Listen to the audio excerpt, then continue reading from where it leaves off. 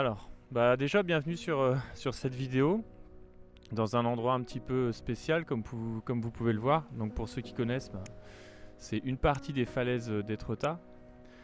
J'ai voulu venir ici pour des raisons personnelles tout d'abord, et je me suis dit pourquoi pas faire une vidéo finalement qui n'aura rien à voir avec le lieu, parce qu'on va parler musculation quand même. J'avais envie de parler de la croissance musculaire, du gain de muscle, de toutes ces choses dont on parle beaucoup en salle de musculation, mais dont peu de personnes maîtrisent les tenants et les aboutissants. Donc d'abord, quand on est débutant, on se pose beaucoup de questions, on cherche à droite à gauche, on veut beaucoup de réponses, mais on ne veut pas forcément essayer par soi-même, prendre le temps d'apprendre pour justement comprendre et parvenir à atteindre ses objectifs. Donc déjà, ce que j'entends souvent en musculation, c'est que par exemple on doit porter lourd. Il faut obligatoirement mettre du lourd pour pouvoir gagner du muscle. Alors ça déjà, c'est en partie faux. Ce que j'ai envie de dire à travers ça, c'est que pour prendre de la masse musculaire, en fait, tout est bon dans les techniques d'entraînement. Alors tout est bon, ça veut dire quoi ? Ça veut dire que vous fassiez du léger ou du lourd, si vous associez toutes ces techniques d'entraînement, vous allez favoriser la croissance musculaire. Alors d'abord, pour comprendre, qu'est-ce que le muscle ?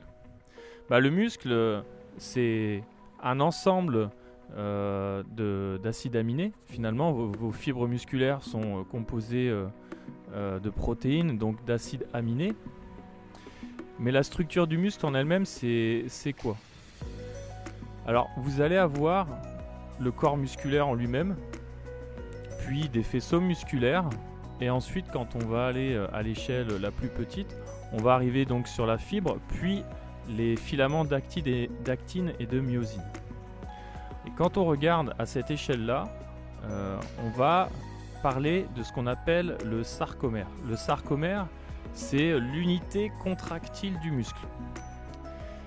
Et ce qui va faire que vous allez réussir à contracter votre muscle, ça va être l'enchevêtrement, l'interpénétration des filaments d'actine et de myosine les uns entre les autres.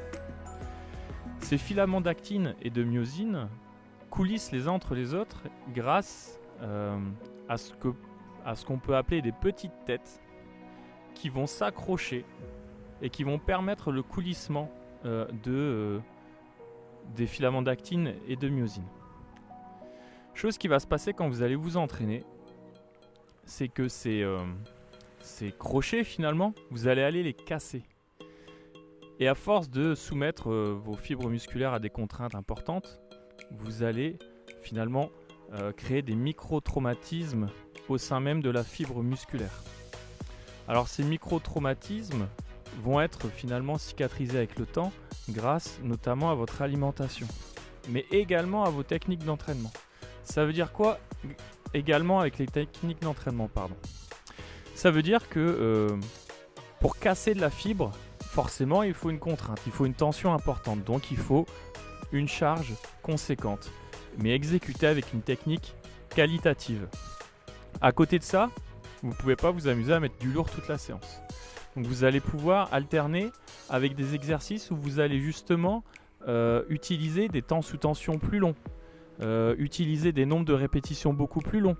Donc finalement vous allez partir entre guillemets d'une limite de force, vous allez travailler en limite de force max, je viens bien dire en limite, on n'y est pas encore, on n'est pas à la force max, puis vous allez aller sur des temps sous tension plus longs, des durées de série donc plus longues, ce qui veut dire que vous allez solliciter et faire intervenir deux types de stress.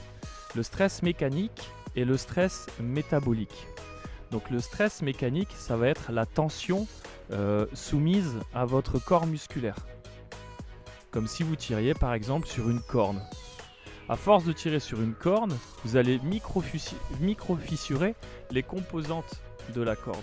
Et là, finalement, vous micro-fissurez vos fibres musculaires.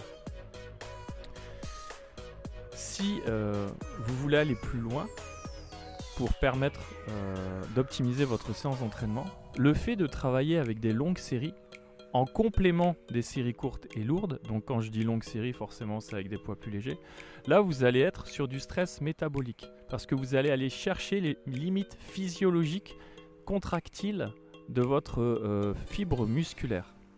Ça veut dire que plus l'effort va durer longtemps, plus vous allez créer des déchets intramusculaires.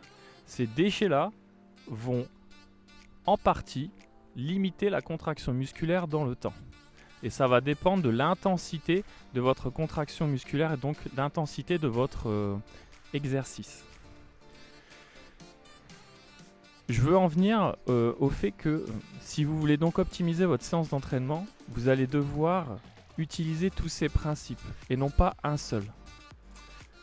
Je préfère, en ce qui me concerne, m'amuser à utiliser plusieurs techniques d'entraînement plutôt que de changer constamment d'exercice. J'en vois beaucoup qui s'amusent à changer tout le temps d'exercice. Oh, je m'habitue, c'est trop facile, j'ai plus de sensations. Bah oui, mais ça fait 4 semaines que tu travailles en 3x8. Bon ben, augmente un peu tes charges ou alors augmente le temps sous tension. Mais pourquoi changer d'exercice ? L'intérêt de garder un certain temps un exercice précis, on va dire, c'est que votre schéma moteur, votre recrutement nerveux va être optimisé. Plus vous allez avoir un exercice maîtrisé sur le plan technique, plus vous allez améliorer votre ressenti en termes de contraction musculaire sur votre travail qui va suivre durant votre séance. Vous allez pouvoir vous concentrer exclusivement sur une partie de votre corps musculaire. C'est là où justement vous apprenez à comprendre et à connaître votre corps pour justement optimiser vos séances d'entraînement. Ça ne s'arrête pas là. Après vous avez forcément l'envie d'avoir des résultats à court terme. Ce qu'il faut bien comprendre, et surtout quand on est débutant, c'est que dans un esprit de développement entre guillemets naturel de votre corps, il faut accepter que cela prenne du temps. Pourquoi ? Parce que vous allez modifier votre organisation cellulaire intramusculaire. Une cellule, ça ne se fabrique pas comme ça en claquant des doigts.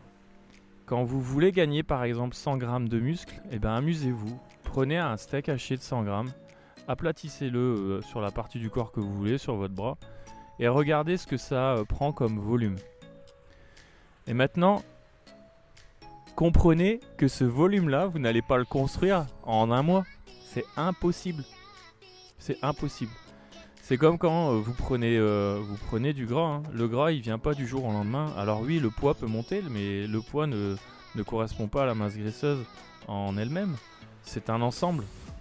Donc faites bien attention d'ailleurs avec la balance. Mais ça, on en parlera une autre fois. Donc pour en revenir au gain de masse musculaire, ça prend énormément de temps. C'est lié à beaucoup de paramètres. Donc comme je disais juste avant, déjà vos entraînements, donc la qualité de vos entraînements. Ensuite, la qualité de votre alimentation, la qualité de votre sommeil, votre hygiène de vie habituelle. Plus elle sera régulière, plus vous optimiserez vos gains musculaires et plus vous gagnerez du temps. Essayez constamment d'être dans une démarche de progression. Écoutez votre corps pour que lorsque vous sentez que vos performances diminuent, prenez un peu de repos. Le repos, c'est nécessaire pour pouvoir, d'une part, regagner en motivation, parce que des fois, on peut très bien arriver à saturation en termes d'entraînement. On ne se voit plus progresser, on est fatigué, on en a marre. C'est le moment de faire une pause. Donc faites une pause, allez faire du vélo, allez nager, allez marcher, allez vous promener et réfléchissez à tout ça. Et attendez que la motivation revienne.